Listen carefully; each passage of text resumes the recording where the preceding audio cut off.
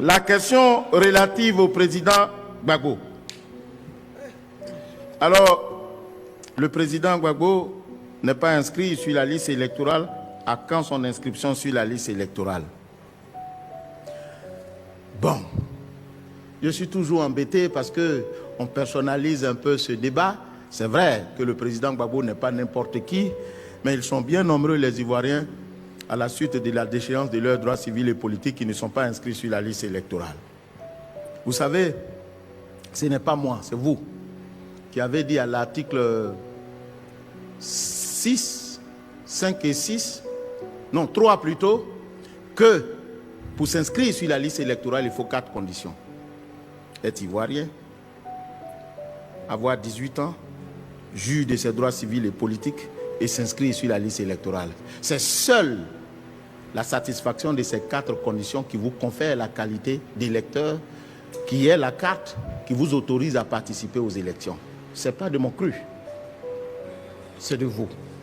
Il se trouve qu'à l'occasion de la révision de la liste électorale, nous écrivons à la justice: donnez-nous la liste de toutes les personnes qui sont déchues de leurs droits civils et politiques. Le président Gbagbo, comme tous les autres, se trouvait sur cette liste. La commission électorale a tiré les conséquences. C'est vrai. Il semblerait qu'en politique, il faut jouer au billard. C'est-à-dire, la balle qu'on tape n'est pas celle qu'on veut, c'est celle qu'on tape va taper, c'est celle-là qu'on veut.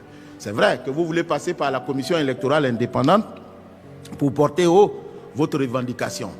Mais je vous le dis, autant que faire se peut, pour ce qui me concerne, le président Gbagbo, comme tous les autres, ne peuvent être sur la liste électorale lorsqu'ils vont jouir de leurs droits civils et politiques. Et pour ce faire, quand ils sont condamnés, soit ils purgent la condamnation, soit l'infraction sur la base de laquelle ils ont été déchus de leurs droits civils et politiques disparaît par la voie de l'amnistie.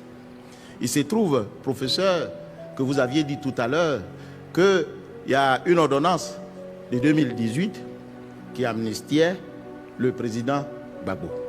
Alors, je vais vous lire cette disposition afin que nul n'en ignore. Bénéficient d'une amnistie les personnes poursuivies ou condamnées pour des infractions en lien avec la crise post-électorale de 2010 ou des infractions contre la sûreté de l'État commises après le 21 mai 2011 à l'exclusion des personnes en procès devant une juridiction pénale internationale ainsi que les militaires et les membres de groupes armés. En 2018, pendant que cette loi était prise, cette ordonnance était prise, le président Gbagbo était devant la juridiction internationale. Mais toute chose dite, il faut retenir qu'il ne ressortit pas à la commission électorale indépendante de statuer sur l'état d'un citoyen. Si le ministère de la Justice constate que le président Gbagbo ne mérite plus d'être sur la liste des personnes déchues, le ministère va saisir la commission électorale indépendante et nous allons aviser. On aura failli lorsque sur cette liste, il y a des personnes qui n'y figurent pas et que par notre propre mouvement, on les a radiés par notre fait. Mais tant qu'il sera sur cette liste, c'est vous qui allez me reprocher de le remettre sur la liste électorale alors qu'il ne mérite pas d'y être. Donc voilà. Nous sommes tenus par la rigueur de la loi dont vous êtes les initiateurs.